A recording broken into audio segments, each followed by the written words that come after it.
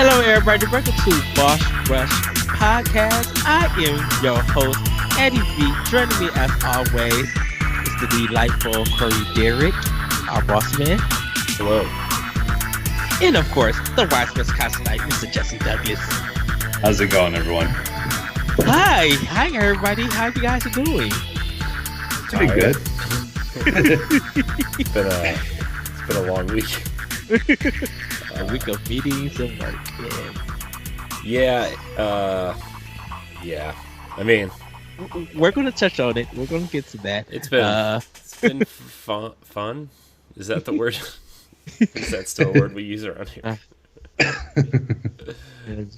I know we've been playing some games. Some games got beaten, and who's playing games? Is that what we're supposed to do on the show? Play games? Of course. But before we jump into some things that we're going to be talking about, let's get to some housekeeping. You can follow us on Twitter at Boss Rush Games and on Facebook and Instagram at Boss Rush Games. Join our Discord, Xbox console community, and our Destiny clan. Also, live shows have returned when we are able to have them. You can join us live on Mixer and Twitch at Boss Rush Games Live, all one word, to chat with us live on air. You can also find all of our content at bossrushgames.com. And everybody, please visit bossrushgames.com and see the new layout. Corey has been working hard tremendously. Like, he has put in the work. Amazing thumbnails, great clean design, just completely it's just so beautiful. You guys really have to check it out. You guys, Pod and Play Revamp, our seasonal Let's Show Play, is coming to a close. You guys can go to bossrushgames.com and watch the season featuring games like Devil May Cry 5, Resident Evil 2 Remake, Spec Ops: The Line, Monster Hunter, and more. Tweet us what games you want to see in the upcoming seasons. Lastly, Arsenal X is here, everybody. It's great that you guys are checking in and watching the show. You could join us on Sunday Night Arsenal for the pre-show, the live podcast recording, and some multiplayer Xbox fun on Mixer and Twitch. We were able to get to it. Also remember to check out our family of shows, podcasts, and videos on youtube.com/BossRushGames, podcast services, and of course on BossRushGames.com. So, before we get on, I'm going to hand it over to you, boss, because this section it's a lot, but we are bringing some great things to Boss Rush Games. So, I placed it in your hands. Oh, boy. Okay. Yeah, I mean, we had, like Ed said, we had a lot of morning meetings this week. Every morning this week, Ed and I talked, and Jesse joined us on Monday for Arsenal X type stuff, and you know, we're I don't want to say we're starting a bunch of new things, but we're kind of getting back on track to how we were doing content beforehand. You know, Ed and I just recorded a few retro game show last night, trying to finish up Super Metroid, and we had a lot of great conversations then. Pod and Play, you know, it's been missing the last couple weeks, but we finally got the last 3 episodes edited and uploaded, so they'll be coming out within the coming weeks, and then this next season starts in September. Indie Masterclass, we're bringing back. Ed and I discussed the indie games that we're going to kind of showcase this summer. It's our summer seasonal indie, like we kind of the best indie games that have come out over the last year or so. We kind of showcase in our summer indie show. So that's kind of what we were talking about. And then Jesse, you and I talked about doing a Game Pass show where we kind of highlight some games that are on Game Pass and play them and talk about them, which we'll probably start doing after Arsenal X on Sundays. So yeah, I'm really excited for what we're doing. You know, Ed and I have discussed kind of changing some stuff up for a Nintendo Power Block, and then obviously if you're watching live or on YouTube, you see our new background, our new kind of, you know, framing that we're using for the show. So it's been a lot of work this week. I'm not gonna lie. I thought it was gonna take like 1 or 2 days, and it's not done yet. And I started last Sunday, so it needed to be done. I haven't worked this week because of the Corona crap that's going on, and I thought it's something that I think we needed to do, or I mean, in my mind, that we needed to do. And I thought, well, if I'm not working this week, this is going to be the work. I get this all done, and it's almost done. So I'm really happy. I'm really proud of the work that everybody's doing, and the stuff that we're kind of coming up with. The one thing that's really exciting, to me at least, and I think we all kind of agree, is the book club that we've all been discussing for a while now, and I think we're going to start book club. Do we want to announce that we're starting it in May this week? Yes. Okay. Yes. Okay. I wasn't sure if we were going to announce it this week or next week, but so basically what book club is we're just going to play a game for the month, and then at the last week of every month, we're going to record a separate podcast about it, and then let you know what the next month's game is. So it's pretty simple. It's basically, if you guys watch MinMax or Game Informer, it's pretty much their version of book club, or the Deepest Dive, where we play through the game and have a really good deep discussion on it. Kind of like what we're doing for like TV and movies and stuff for Standard Definition, which is also coming back. So yeah, I'm really excited for book club. Our first game is Control, the 2019 Game of the Year contender from Remedy, and I'm really excited. I'm really excited to play it. I played the first couple hours, and then I kind of fell off of it because Star Wars ended up coming out, and I ended up really sinking a lot of time into that. So, but yeah, if you want to join us on book club, we're gonna have a community stuff in our Discord and on our Facebook group, and obviously you can tweet at us if you're not in either of those. But just weekly check-ins on Mondays. You can tweet at us or let us know where you are. Try to be friendly about spoilers and stuff. I know there are trolls out there, and you can't avoid them all. But if you're going to participate, just be mindful of everybody else who's playing it. And at the end of the month, we're going to have a book club podcast on it. So very, very excited for book club. For sure. It's so weird because I just finished the game and I'm still doing side quests, but I think I'm probably gonna play it. I think I'm gonna visit it and probably play it on easy, just so I could like collect stuff for achievements or something. Because I'm just like, I just beat this game and I gotta replay it again for a month and stuff. And I know there's a lot of things in that game, collectibles that bring out a broader story to it. Yeah. So, and each month we're just gonna pick a different game. This is Jesse's game. Jesse picked Control a while ago when we first started.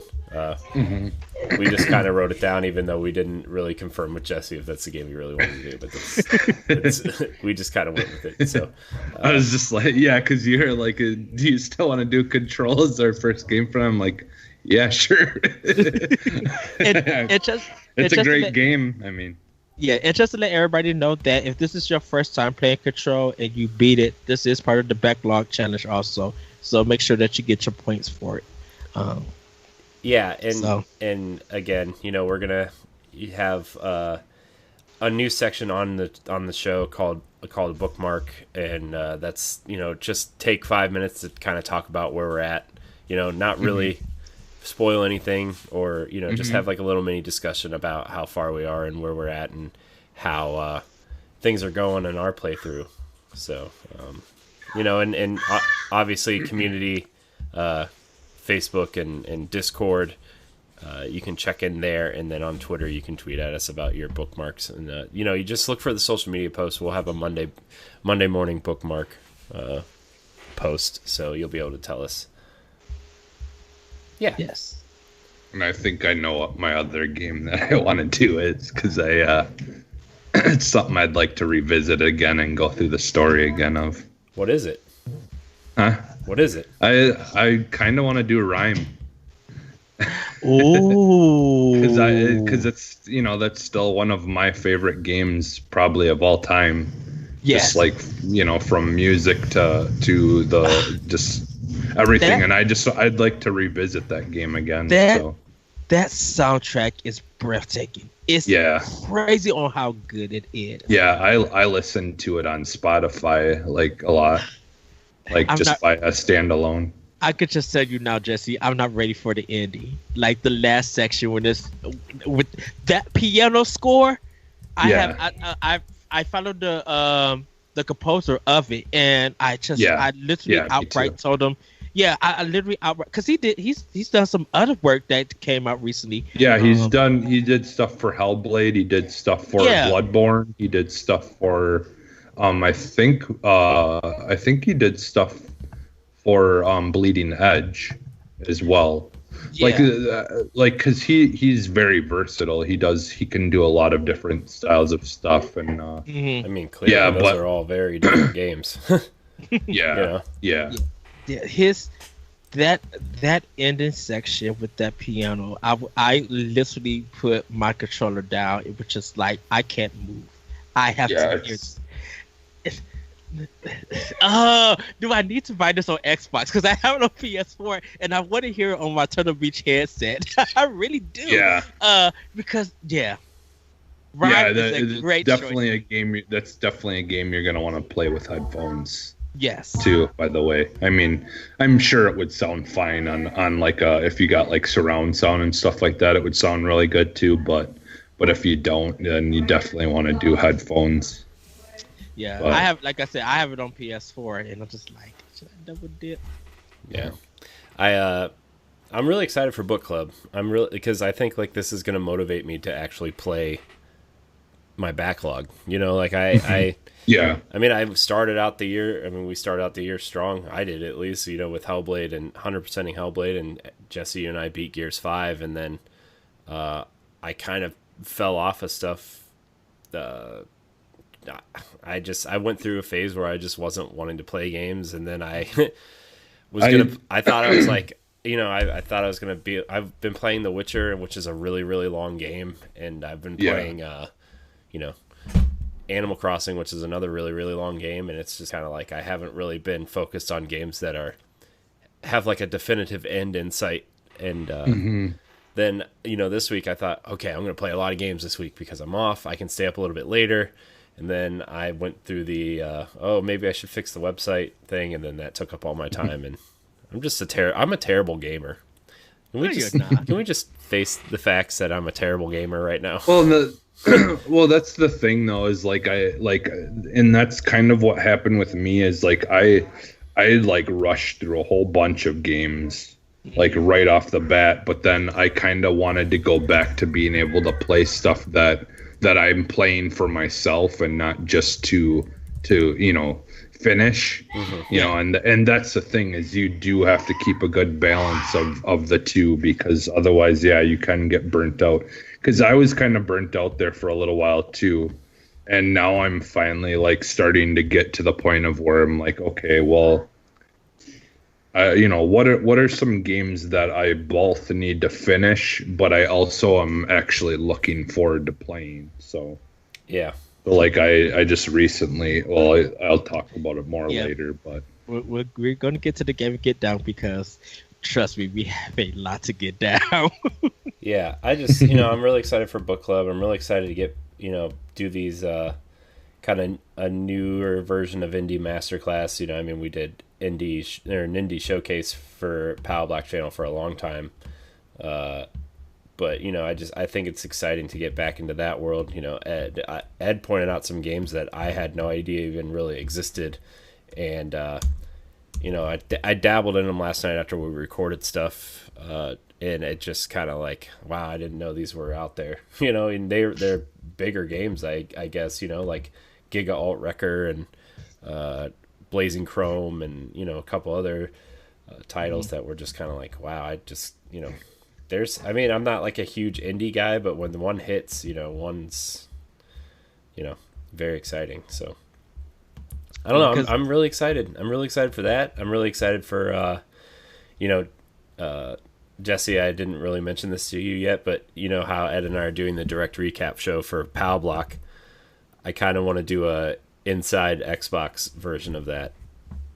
Okay. Yeah, So- for their little shows and stuff to kind of Yeah, go over those. yeah. Jesse, I don't know if you caught this or did you check this out. I guess they could do a This Week on Xbox every Friday, or they do something like that. Yeah, they do something on every Friday. They kind of go over like what games are gonna be on Game Pass or like things like that.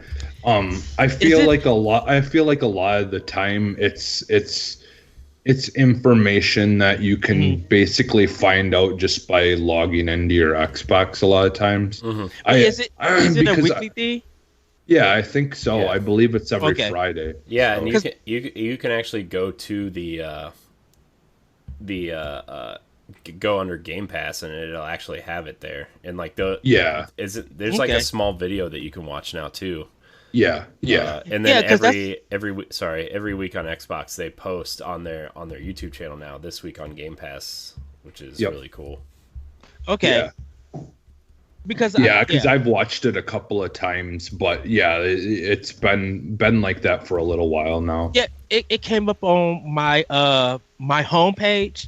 Like they had a box for it, and I just realized it. I didn't know that they were doing it. Like, like it was something that I maybe not paid attention, or it maybe was just not shown on my Xbox. It was very weird, but I did enjoy what they were showing. I'm just like, this is kind of cool.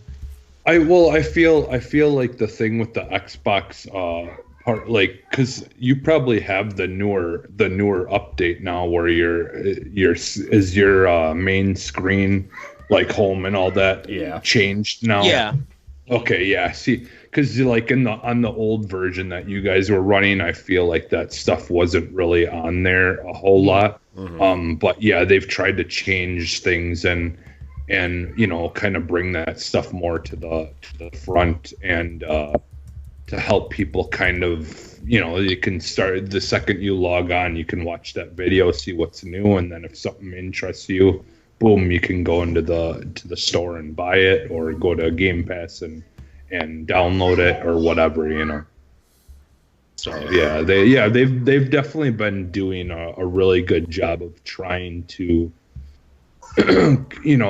have more content and like try to get more stuff out to the people and inform people a little bit, because they don't have a whole lot going on because you're kind of in the holding pattern for the E3 type announcements and things like that, but they're still trying to put in an effort to try to get some communication to fans about things. So I think they're doing a good job of that. Yeah. Major Nelson's cool too. So yeah, I was listening to the voice. I'm just like, oh, that's Major Nelson doing the voice. I'm like, okay. Yeah, like, he does that. Yeah, he does that every week. He does a little breakdown. It's like a couple minutes long or whatever, where he just kind of goes over everything. Major Nelson in the booth, dropping the commercials info. But we're gonna move on, everybody. We're gonna get into these news bits before we get down to some good gaming, because guys, there was a lot that like got announced, that got dropped, that got celebrated. But even though we're hyped and we're love games and what's coming for the future, sadly we had to start the show off with a downer. Gamescom 2020 affected by German events banned due to COVID-19 pandemic.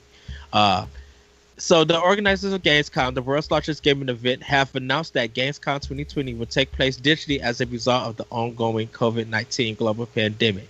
The news comes from the German government extending its ban on major events and large gatherings until August 31st. As a result of this, Gamescom which is scheduled to take place from August 25th to the 29th in Cologne, Germany, is affected. The official Gamescom Twitter account addressed the news, confirming that it is currently planning a digital version of the event. And they did tweet it out for it. So, it is sad to see that it's happening. That the event of people gathering is canceled, but the digital of showing things and we'll probably be able to see games and stuff and more press conference at least that part is still happening and stuff. But do you think that E3 may follow with the same thing this year, that it will have a digital presence where people are just showing stuff? Well, didn't E3 already confirm they aren't doing anything this year? They're just holding out for next year now. Yeah, I think they pretty much did because everyone's basically just doing their own thing now. Yeah, that wants to anyway. Well, I know like IGN is kind of doing their thing. It's kind of like their replacement E3 type thing. So I mean I don't know how big it's going to be, obviously, but it seems like everybody's looking at them kind of, this is the new. Do you think that this is time now for, even with Gamescom happen, this digital event, do you think that demos will playable demos will benefit during this downtime? To give more idea? Well, it's possible. Actually, I don't know if you read this, Ed, but Jeff Keighley is helping bring a bunch of demos that were going to be at E3 after their whatever event they're going to be announced at. They're going to be available on demos on Steam as of the announcement. So I mean, I know that doesn't really affect console gamers, but anybody who wants to try them out on Steam, at least, you're going to be able to download some demos and play them, which is really cool. So yeah, I mean, I think we're already seeing that trickle, and because Nintendo used to do the demo stuff at Best Buy. Yes. Xbox sometimes releases some indie demos, or what I mean, like that kind of stuff. So I think you're going to see a lot more of that, and I think you're going to start seeing demos, at least of indie games or smaller games. Yeah, because Microsoft could really knock it out with a Halo Infinite demo, even just maybe. Well, I don't think we're going to get that, but I mean, I think we're going to. Demo they as could put in stuff in early access. Well, yeah. I mean, maybe the first level or intro level of Halo Infinite, and then multiplayer. One kind a of multiplayer beta. I think that would be huge for Halo this year. Would be if you announce it and show it off and say you can be in the how the Gears beta was for Game Pass subscribers, right? Game Pass subscribers get a week early to the Halo Infinite multiplayer beta, and the first level demo, like you said. I mean, this. As soon as I said I don't think we're going to get that, I started thinking of the Destiny beta and how you got the whole kind of first level of Destiny 2, and then you got to play some multiplayer stuff and kind of go into that first area, right? That's what I'm kind of thinking of. That's a perfect example. So especially if that's kind of where they're kind of aiming Halo at, not necessarily, obviously not a game like Destiny, but they're going to try to make it their game as a service style thing, right? And yes, yeah, I think that that's definitely what needs to happen, is because normally they would have all those people getting to test the games and kind of give feedback there. But so they need to open it up, I think, a little bit more than just PC. Because it would be great, Jesse, to have that for the whole summer. So let's say it drops in June, it ends in August. You have 3 whole months to really dive in. They could update the beta if they want to, and people will be like, this is keeping me company. Or the summer of games. Well, in a sense, yeah. Plus, what they could do, really good sense, yes. They could use that live feedback to adjust, the multiplayer on the fly, and that would help with their QA stuff. Because that's one thing a lot of companies are going to start struggling with is QA, because you can't physically take dev units home or builds home, right? So their QA units are going to be. They could use us as a live QA thing and call it a beta, right? With their, at least with the multiplayer side of things, and do what game did this recently?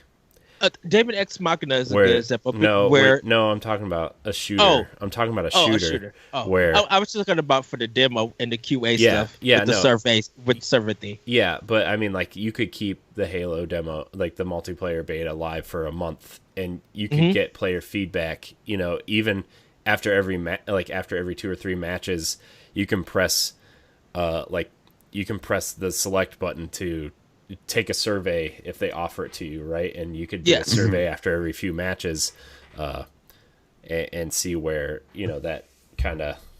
I know that opens up to a lot of trolls and everything, but like, there's some value to that, I think. So, I mean, I think that's why, like, a game like Baldur's Gate 3 is going into early access, right? Because they want that player feedback, and I think if you know, these companies are smart, like Xbox and EA and Activision on their next games, like, having a longer running beta, you know, months before the game comes out, is actually going to benefit them in the long run. And connected to the Microsoft points, like how they do the weekly points thing. Like, I think a lot of people will be like, "Oh, I didn't know this was here. Let me try the beta," and I think that would get more people in order to try it and stuff. And you know, you get your points, you'd be like, "Oh, I didn't know the system was here." You give your feedback, maybe you get more points that way. Yeah. See, that's what they could do. They could do a punch card. They do the punch card thing, and it could be like, you know, the first one is to activate the punch card. The second one is to download the beta. The third one is to play it, and then the fourth one, to finish it, you'd have to leave a comment or you know, like, rate it, take a little survey about it or something like that. And then if you finish all those things, you get like 3,000 points or something. Yeah, because I'm just like, even though, yes, that's very beneficial for Microsoft, Nintendo could still do it, like how they did Pokemon Mystery Dungeon, where they give you a little demo, and whether you like it or not, you can make it known. And I think they will also give content creators something to record and give their opinion on, and show it, and stream it, and do some stuff with it. Because I'm just like, without having the big thing of E3, it's kind of hard. It's going to be hard for content creators to bring what they normally bring during E3 season. So, I mean, and make it worldwide, like even PlayStation and stuff. This is the time, definitely with Stadia, to get it out there. Well, you know, Stadia Pro is free for 2 months right now, Ed. With all those free games. Yeah. You know, if you can't download Destiny for free on any of the other consoles you have, you can definitely play it on Stadia for free. And we're going to leave that one right there. I'm sorry. I can't. Yeah. I can't. Well, we're gonna move on. Crysis Remaster hitting console and PC this summer. Or to let everybody know, all of these news stories is coming from Game Informer, so do go check them out and support those guys. After going radio silent for nearly 3.5 years, the Crysis Twitter account began teasing something earlier this week. After a couple of cryptic tweets, it was finally revealed that it was teasing Crysis Remaster.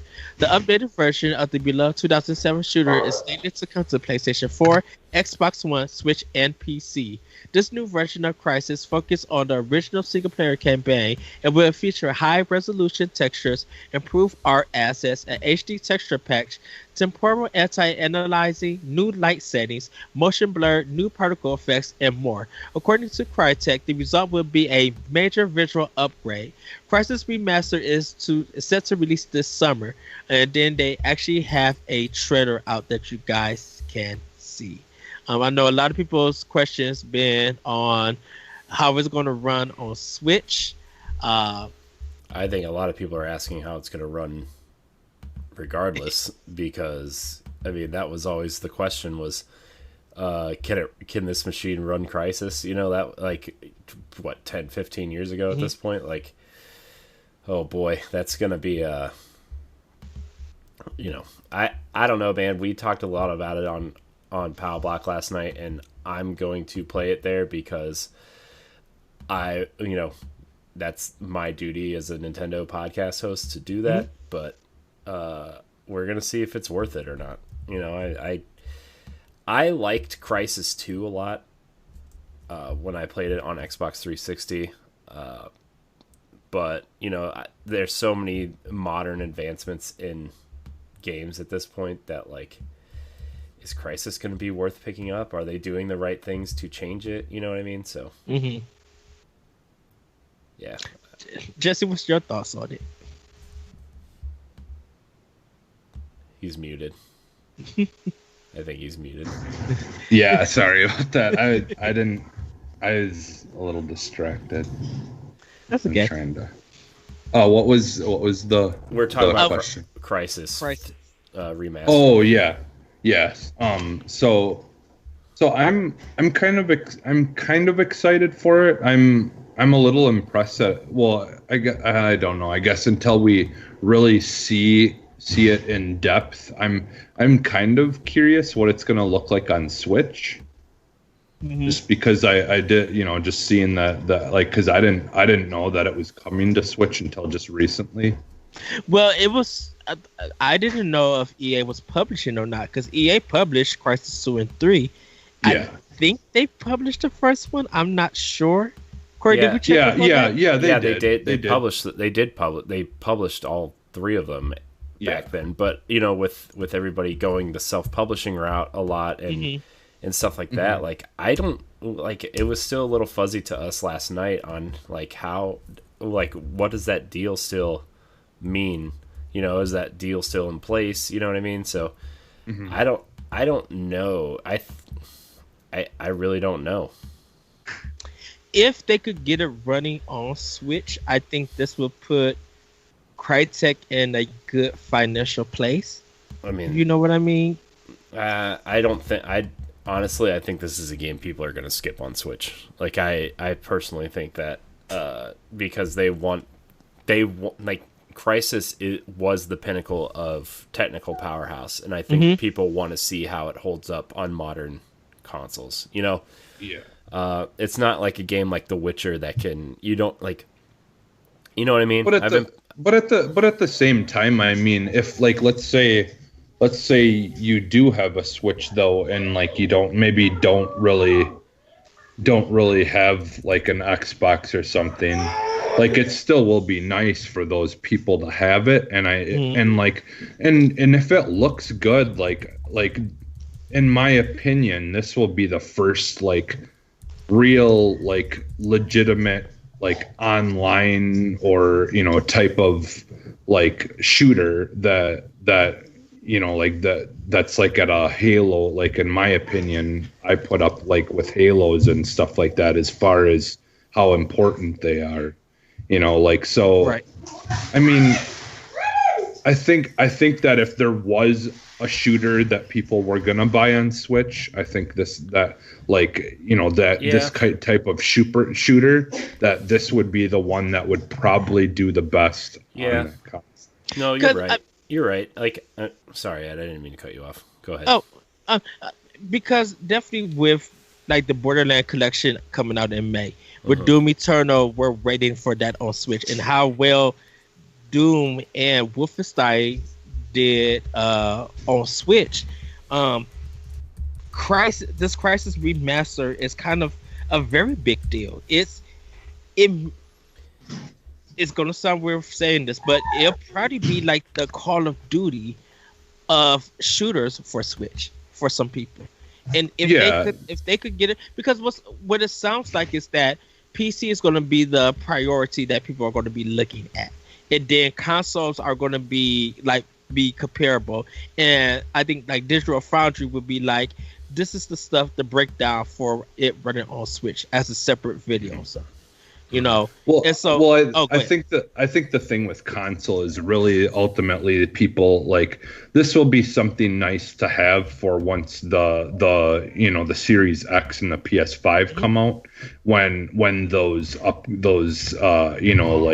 HDR and all those, like, other, like, up-res things, all those other enhancements and like ray tracing and all that stuff eventually on console, then that will be the time when it will really be most important, I think, to have that game on consoles. Like to revisit stuff. So yeah, so like I think we could see like a good chunk of people buying this game, but I don't think it's going to really have a lot of people buying it until the newer consoles come out, to be honest.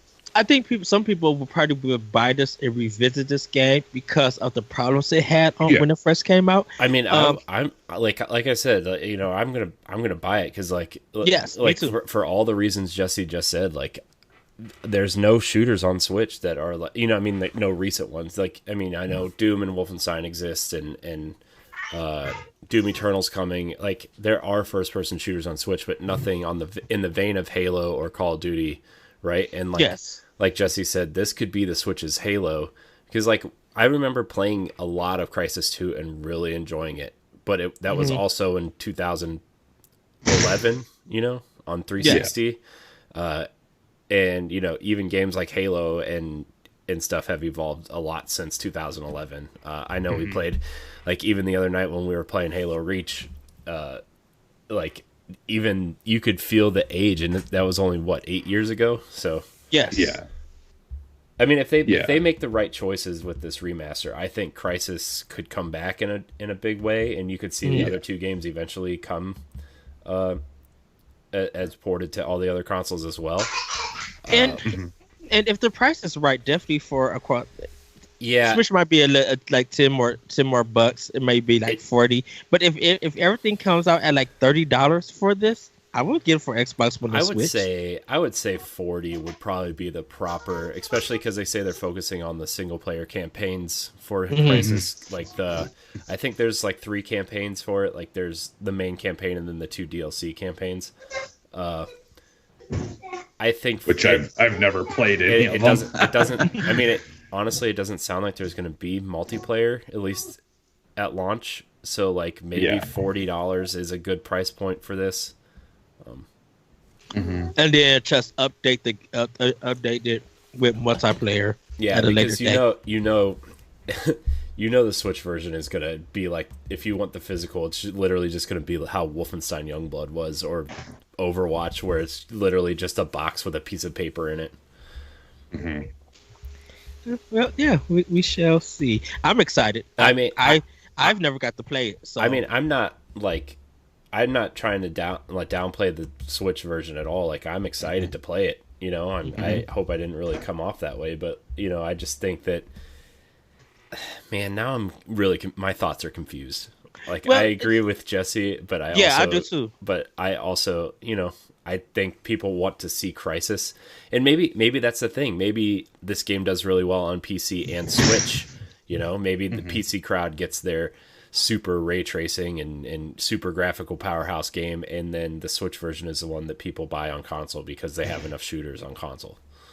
I don't know. Well, I could see this being a game that eventually comes to Game Pass as well. Yeah. So I think if people are going to play it on console, like I said, I still think it's going to be later, but there are going to be a lot of people. What's crazy, Jesse? I could see this coming to Game Pass in November of this year.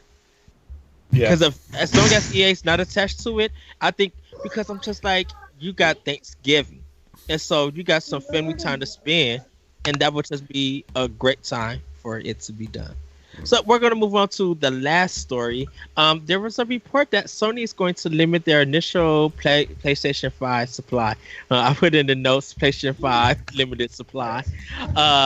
Bloomberg is reporting that Sony will limit the initial supply of this holiday PlayStation 5 home console to 5 to 6 million units in the period ending in March 2021. A comparison, the PlayStation 4 sold 7.5 million units in its first 2 months. Bloomberg was told that the constraint is due in part by the expected price of the system, which developers have estimated at between $499 and $549. This price is due to the high-end components used by the system, which could also have scarcity issues, according to the website. Of course, Sony has not commented on the matter. The article also says that, according to sources, the price of the PlayStation 4 and PS4 Pro could be reduced around the launch of the PlayStation 5 to stimulate recurring revenue via PlayStation Plus and PlayStation Now memberships. So, before we get into this discussion, let's not mention Microsoft for Series X and not Nintendo. Let's keep it straight. Sony. Yeah, Ed, don't mention Nintendo in this conversation. I will do my best. I don't think this is a bad idea or a bad thing for a PlayStation 5 if they come out with 5 to 6 million. I think that in order for them to sell like a full stock of that, it's definitely going to be on their launch library. Well, it looks good too. Like if you sell through, if you sell through your allotment, your original allotment of stuff, right? Like it looks good. So, if you sell through 7 million units and you only made 7 million units, like that's a great look for their stock, for their investors. Yes. So and I know there's going to be some people who are going to try to sell it online for people who really want it at a higher price. They kind of did that, I think, with the PlayStation 3 in a weird way. Jesse, what are your thoughts on it? Yeah, I mean, we've seen, other consoles do where there's not a lot out there and they supply their own demand. They can, all it's going to do is if people really want it badly enough, then if they don't get it in the first waves of consoles coming out, that's only going to make them want it more and more and more. And, and then just like, we've seen in the past, I think it's going to be, not that long after that they'll start to get more consoles out there. Sure, it might be a couple of months or so, but because like with at least how things are going with all this whole coronavirus thing in China and stuff, like they're kind of on the end of it more than they are, closer to the beginning or middle like we are. Yes. So they've kind of already are starting to roll working, in factories and stuff back out and are starting to try to get now that, they may be behind though. And that's why I say it will probably be, a couple of months after the initial release that we see more available.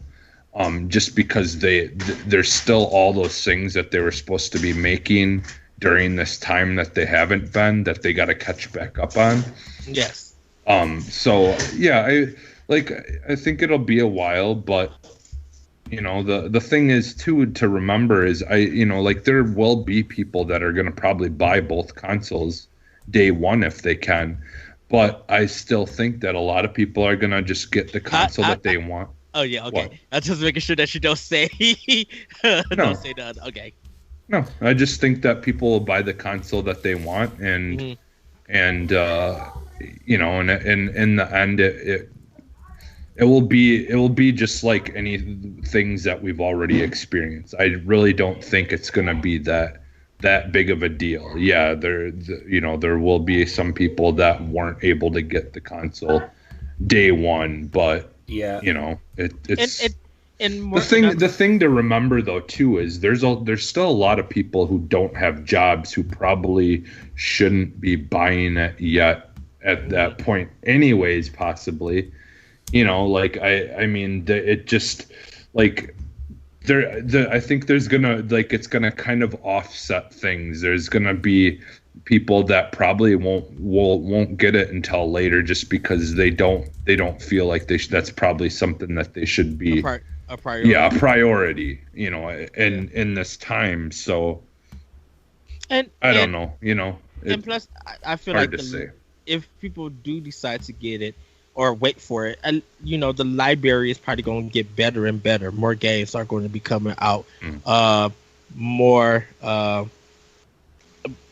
indies and stuff will probably be there. So I mean, I don't think it's going to for a lot of us, it may not be a rush to go get it. You know, and there's going to be some must-haves, but that stuff could come along within time. Yeah, you know, so. Especially for. Or sorry, Jesse, I didn't mean to cut you off. Oh no! I said go ahead, Corey. Oh, I was just gonna say, like, especially since, you know, if Switch has a pretty strong library, and the fact that a lot of Xbox's first party titles at least are going to be cross generation, and we'll be able to play those games on Xbox One through Game Pass and stuff. I mean, there's a couple games that I'm looking forward to, like the new Assassin's Creed. I will definitely be picking up. But if you can, like, there's still ways to play those games, assuming that PlayStation takes the same route that Xbox does and backwards compatible, and the games will look better on PlayStation 5, but you'll still be able to play them on PlayStation 4 at least the first couple months. I know PlayStation came out and said they weren't doing that, but I think with the delay of The Last of Us and probably Ghost of Tsushima, and assuming that they're going to get texture packs for PlayStation 5, like, I think that's the route they're going to have to take to at least make this work and sell the amount of games that they want to sell for those right now. I'll be able to play Halo Infinite on my Xbox One or a PC, or and I'll be able to play Assassin's Creed, just assuming on my Xbox One X, hopefully. That I think they confirmed that it's they didn't confirm the game is coming, but they confirmed that a lot of their games are going to be cross-platform for a while, and so I don't know. There's going to be ways to play your games if you like, because we're all in this weird spot where we don't know if we're going to be in the same position we are now in a month, 6 months, a year. It's crazy. So I mean, if you can't afford a console, there's still going to be ways to play those games. On what you have now. Exactly, and that kind of goes into like what I was saying, where there's a lot of ways to still play games with what you have now when those consoles come out. So if you don't get one day one, it's not really going to be that big of a deal until maybe like 8 months from then, or whatever, when the newer games that might possibly only run on that console come out. Such good, Sony, if that happens. So that is our news bits. We're going to get to some gaming get downs because we have played a lot this week. I'm actually going to start because I played Good Job. I ended up picking that up. And I have not laughed so hard in a long time. The game is wacky and it's so good and polished and everything. This is the game published by Nintendo, and it's from an indie developer, which I would love to see more from that. Like Nintendo actually publishing some indie games. Like, of course, Microsoft. They have been, right? I mean, it started with Snipper Clips, and then there was a game that came out that what is it? It's like what is it? You're carrying around a stretcher or whatever. Like, I think Nintendo published that. Oh yeah. Didn't they publish Lightfall? No. Because it's only on Switch, isn't it? Yeah, it's still only on. Well, it's on Steam also, but. Oh, is it? Okay. Yeah, it may be a time exclusive for it. I mean, 3 years is a long time. I met that guy though, that developer. Yeah, he's when I went to PAX and I played it for the first time, it was really cool. Yeah, I just re-downloaded that game because I was looking at the games I had on Switch and I was like, oh, I need to finish Lightfall. I need to play it. Same here. I keep that one the controls at one point. I just like, it's getting sweaty. I gotta quit. It's getting sweaty. It definitely has parts that really push you to that point of like wanting to throw your controller. Well, it didn't just because it didn't want me to throw the controller. It was just making my hands sweaty. So yeah. The controller. Yeah. But Lightfall is such a great game. Everybody, do check it out. But good. Yeah, I've been loving Good Job. I'm now like on the third. No, I'm on the second floor, but I'm like on the third mission before I get to the last one to unlock it. And man, it's such a fun, relaxing, comedic game. I've been playing Breath of the Wild on Switch, and I beat the first champion, which is the elephant. I got that power. Like if I die, I could come back with full health and more hearts. And I've just been exploring the world, finding more shrines, and man, it looks good on my TV, but I gotta try to. It's a personal thing for me. I gotta try to balance the lighting on it, because when it's bright, dude, it's bright. But it's like HDR. Yeah, like it's very shiny and it looks so good. Even though it don't really support HDR, it still looks good. Which Jesse, I was telling Corey that I actually got the HDR10 to work on my Xbox for it, because it recognized the 4K UHD, and it was only doing a partial of it. But I went on YouTube and found a video to see how it actually kicked in. So I just had to cut one thing off and cut it back on, and then my Xbox recognized it, and it was just like bam. With all that kind of stuff, it's there's certain things that get a little weird and finicky, and you got to try to figure out what you got to do to get it to work. Because I had some issues with mine too, where it wasn't recognizing my Xbox in 4K, and it wasn't wanting to switch to 4K, or wasn't wanting to let my Xbox switch to 4K because it wasn't recognizing a 4K console or screen being plugged into it. So I had to just go online and try to figure out what I needed to do, and then I finally did, and then it finally got it to work. Recognize. Because I when I got it, I started playing a little bit of Gears 5 for it. But I'll get into that later. But yeah, Breath of the Wild, I told the guys that I was going to play this game to completion, and I've been loving it. I've actually been going to parts of the world that I didn't even know that it was there. So I'm still finding shrines. I'm still I just beat these big 3 golems. They have these balls that you got to pick up and bring back. And once you bring all 3 of them, the shrine comes up and you go in. I never took notice of that. I've never fought them. And I was looking for this. Is just like, I think because I'm playing it on Wii U, I could make progress a little bit more easier because I now know what to do. And it was just like, man, that game still feels new and fresh to me. And it's literally insane.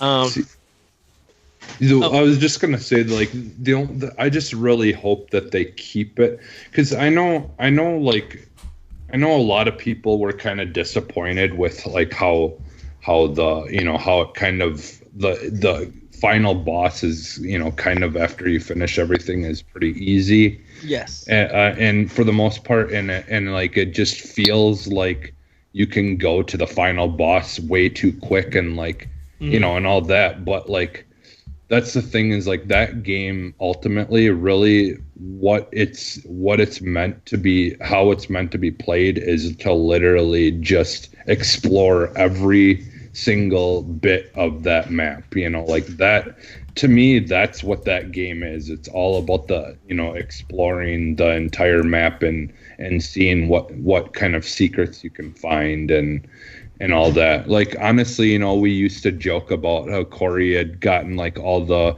Korok seeds and stuff like that. But honestly, like like I personally think that that's probably was the best way to play it, is being able to like literally just go everywhere and see everything. Like, I think the reason those Korok seeds are so scattered all over the place is because they want you to explore every bit of that world. Like that's what's important in that game, not the final boss. And the finding the memories and things like that are where the actual story really is. So I just hope they continue that in the next one. If you find those stories and you watch them in order, it's really fun to see the story unfold, like in the memories. But like, I really enjoyed watching them all in order because it really told a better story when you find them all, and like it just I don't know. I was telling Ed last night that at some point, probably before the sequel comes out, if we ever get a release date for it, I'll probably go back and play through it just to experience it again, because that was such an amazing game. And playing through it, knowing what I know now about, the crafting the armor and collecting stuff, and not selling everything right away to get rupees and that kind of thing. Like, I would totally just play that game so different. But that was also part of the fun, was like learning how to play the game. So I've been doing that on Switch for PlayStation 4. I got rid of some games that I wasn't playing, but I downloaded Journey.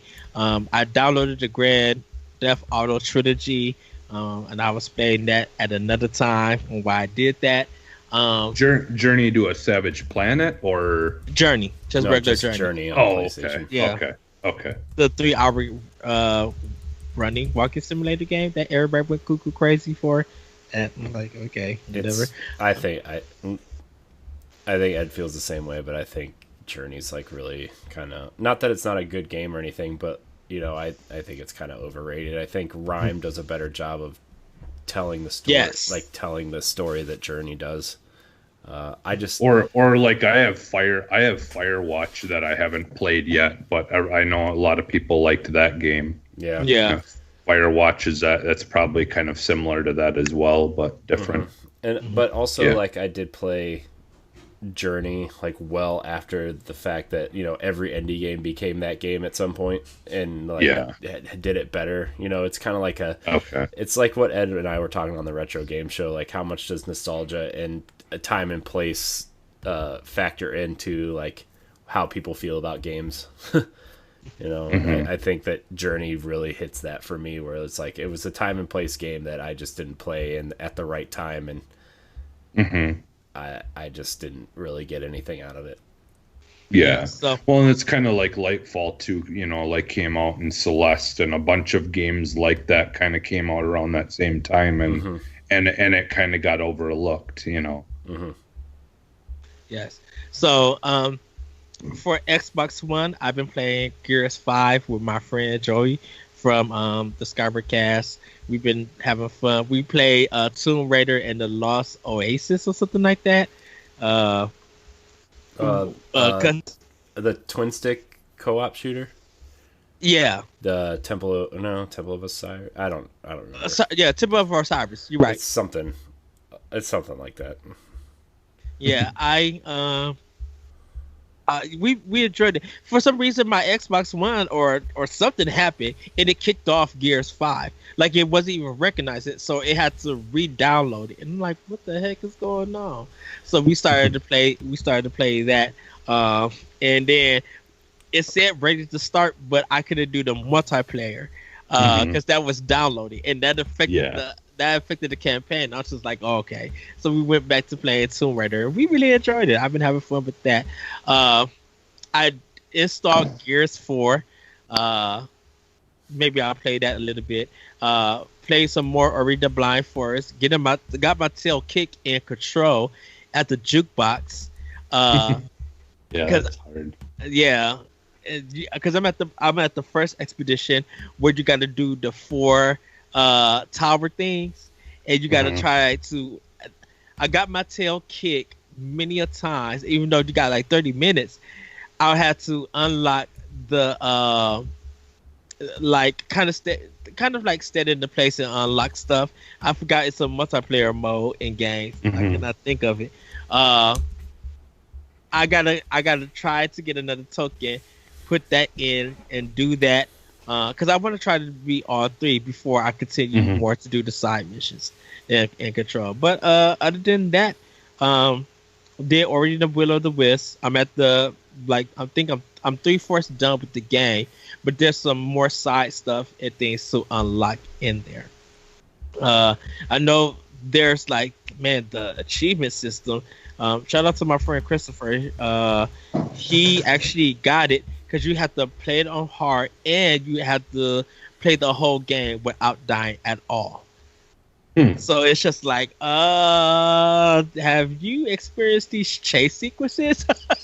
They're not easy, even with a controller that works. I'm just like, and plus it's too long. I'm like, no, like if you die once, you have to restart the whole game over.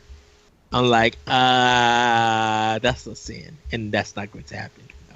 Well, but I think that's just telling you need to get good. We'll talk after the show. But Ed's a little rusty after he turned 40.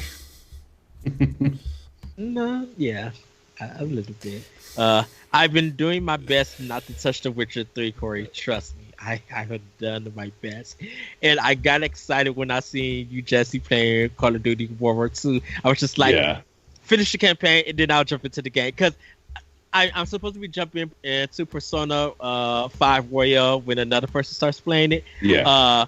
But then I had to wait. I'm just like, I got too many games that I want to play with other people while they finish it or they're playing it at the same time. Like, there's a lot I want to play. But that's pretty much what I've been getting down to. So I'm headed over to you, Jesse. Where have you been getting down to? Yeah, so I started Call of Duty World War II's campaign, and like it brings me right back to like that amazing feeling of like when we played Medal of Honor, that Medal of Honor that had won all those awards and stuff. Like it does a really good job of like it starts off kind of the same. You're in the boat, and all of a sudden like all this crazy stuff is going on and people are getting shot up and then you kind of get to the beach and then you have to try to make your way towards the bunkers and stuff like that where they're shooting at you, so you're having to run from cover to cover slowly up the beach to try to make your way towards the bunkers and stuff like that, and it's really doing a good job, man, of kind of those same bits that they did really well in that original Medal of Honor game. So I'm enjoying it so far. I'm not really super far into it. I finished the first story beat basically. They have some good like narration and stuff, and where they're kind of explaining things, and it kind of is doing that whole, I think, that thing of where it's like little clippets of stories that people are telling from their experiences during that war kind of thing. So it's like I never played it before, and so like I was like, because honestly I didn't even realize that it had a campaign. Because I've always, a lot of times I just play the multiplayer, and it's just been the recent years that I've been paying more attention to campaigns of first person shooter games like Call of Duty and stuff like that. So I thought this would be a perfect time to go back and play that, and I'm enjoying it a lot. So there's that, and then I for my backlog I ended up finishing Hitman, the first of the newer Hitman games. Yeah. Season 1 or finished season 1. It's the first. It's just the Hitman 1, and then Hitman 2 is the second one, the second game that has its own chapters. Oh, okay. So it's like two books of the same of the same franchise, basically, like that. And that game is a lot of fun. It's super hard. Like I am not good at it, and I don't really think it expects you to be good at it, because like if I wanted to finish one, like if you wanted to finish one chapter and actually get points by the end of it, it would probably take you like, I don't know, like until you can figure out what you're doing, maybe 2 to 3 hours just to beat one chapter. Because like as it is now, it took me like well over an hour to beat it without getting any points, because like I just would kill everyone until I wouldn't just knock them out. I would just take people out with my silenced pistol and just clear out an area so I could move towards the person I'm supposed to take out. You didn't throw the guided briefcase? Oh. No, I've seen that, but it's really funny. I don't know if you watched that video. No, well, Giant Bomb does every Christmas they do a thing called Hitsmas, and they just play through. They pull out random objects out of a hat, and you have to kill this person on this level with this item, and one of them got the briefcase, and you just throw it, and you just throw the briefcase, and it's like a homing thing. Yeah, it spins. Yeah, and it goes. Yeah, because I've seen that video of the guy riding around on the jet ski, and then he throws it at him, and the guy's driving all over the place on the jet ski, and then he finally stops the jet ski, and then it hits him and kills him. It's really funny. Yeah. I do want to dig deep, more, much deeper into the game and try to look into more of that kind of like those, because there's like 15 or 16 different ways that you can beat each level, or there's like specialty things that you can do in each level, and to get like points or whatever. Yeah. And so I just really like the system in that game, and that's why if we got a Perfect Dark game, I would so love to have a Perfect Dark game that kind of takes some of those systems into play, where you can have multiple options depending on what you overhear or what note you come across in the world, Mm-hmm. So yeah, those games are fun. So I do plan on eventually going on to 2, then Hitman 2. But like I said, for right now, I wanna finish the World War II campaign, because I'm really enjoying that a lot. So, and then I think for the most part that's it for me. I mean, I've been playing some. I play Trials a lot. Trials Rising. Oh, I thought you were saying Trials of Osiris for Destiny. I was like, oh. Yeah. No. Yeah. I play Trials Rising a lot. That's kind of my go-to game. Oh, and my friend Robert. Since at this social distancing stuff, I haven't really hung out, with any of my friends forever now. And so my friend Robert actually bought Uno for me on Xbox. So then we can, one of these days here this weekend, we're going to see if we can't play it for a little while, and chat, because I've been so on and off playing Uno. I'm like, do I get it? Do I not? Yeah. Yeah, I mean, if you get it, I can definitely play Uno with you sometime. Because there is a fun mode where you can do where you're partners. So you sit across from each other, so you work together to try to be one of us just goes out, and then we win. You don't have to both go out. You have just one of your partners has to go out, and then you win. And you can play these against computer. You can play it against people online. You can play, it's fun. And they've got all kinds of really cool, the version of it that he bought for me. You get Rayman Legend cards. It's got its own version. Nice. It's got its own version of the game where certain cards do something different in the Rayman version of the game. Mm-hmm. And then there's some other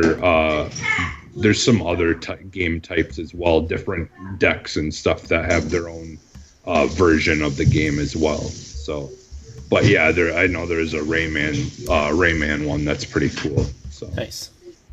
Yeah, that's what I like is the digital versions of games like that. They can do more unique things that that, like you might not be able to do it, and with physical cards.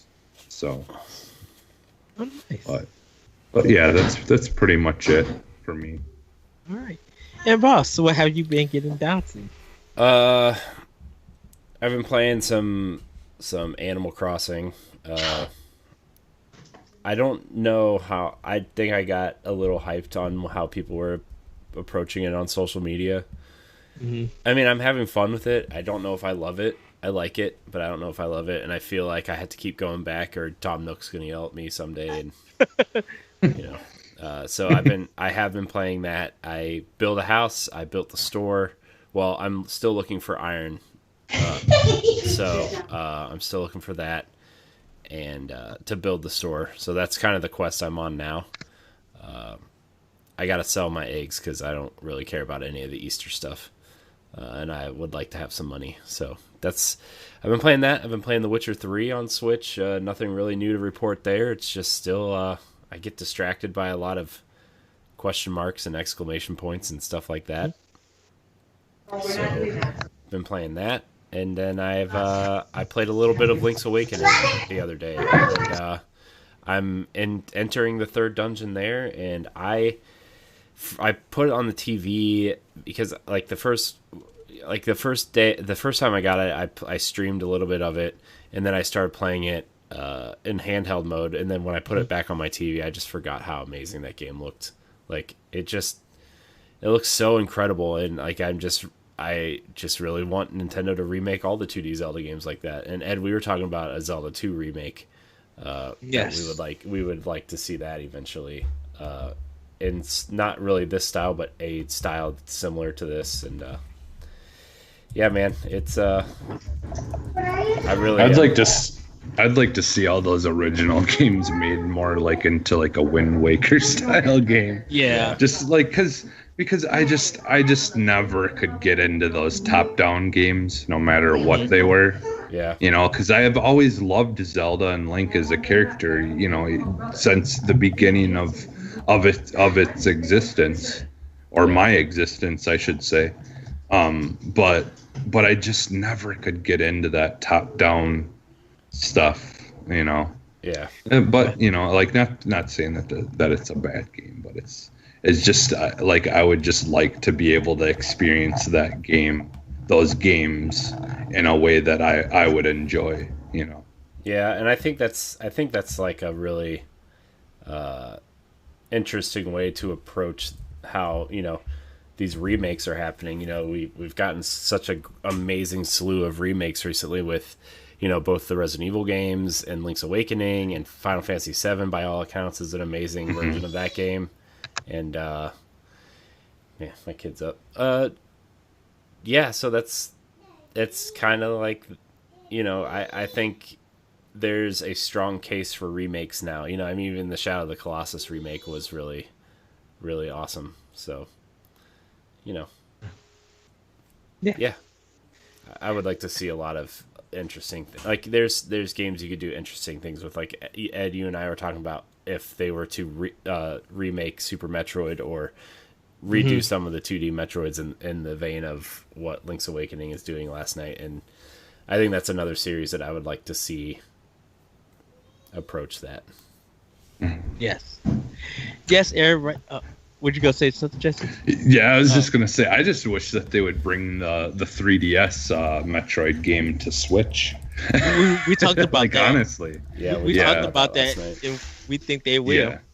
Yeah, I hope they do, because honestly, I wanted to play that, but I didn't want to buy a 3DS for the third time just to, a couple months later sell it for money. Like I did the first two times. Wow. I got it the first time, and then I forget what I got. A couple of games, I played them, and then I sold it, and then I bought another one. I got the Ocarina of Time. I beat that, and then I sold it in the console to get a Switch. The cycle.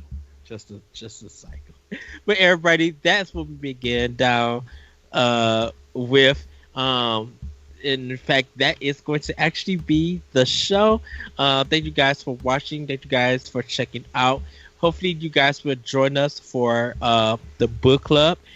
For May, we started out with Control. To let everybody know that we will start that game on May 1st, which is a Thursday. And that following Monday, we would love to see you guys post where you're at, what you think about it, your thoughts on it.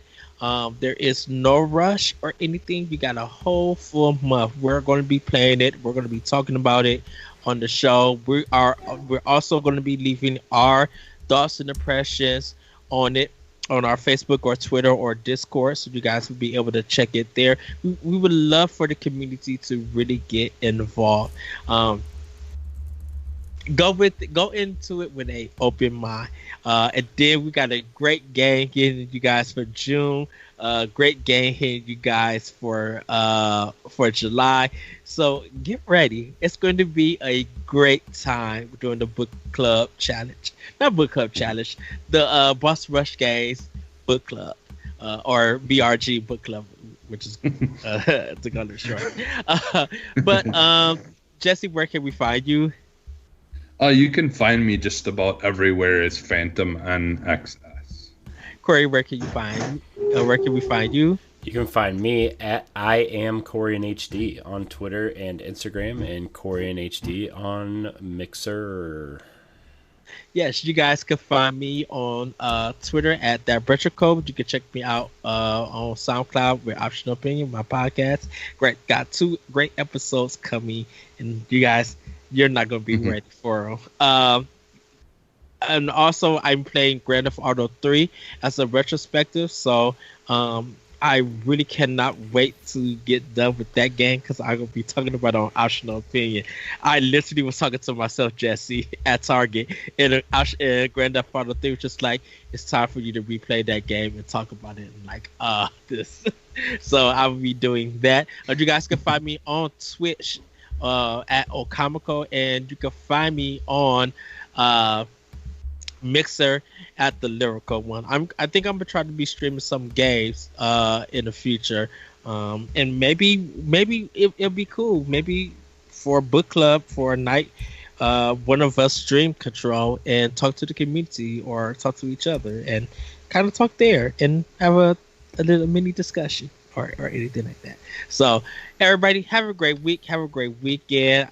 Everybody, hopefully you are safe. I know to stay at home is probably it's probably something to think about and be like, oh, I need to get out. But we got great games to and other things to keep us busy at this time. So as always, we want everybody to continue to play video games and be better to one another.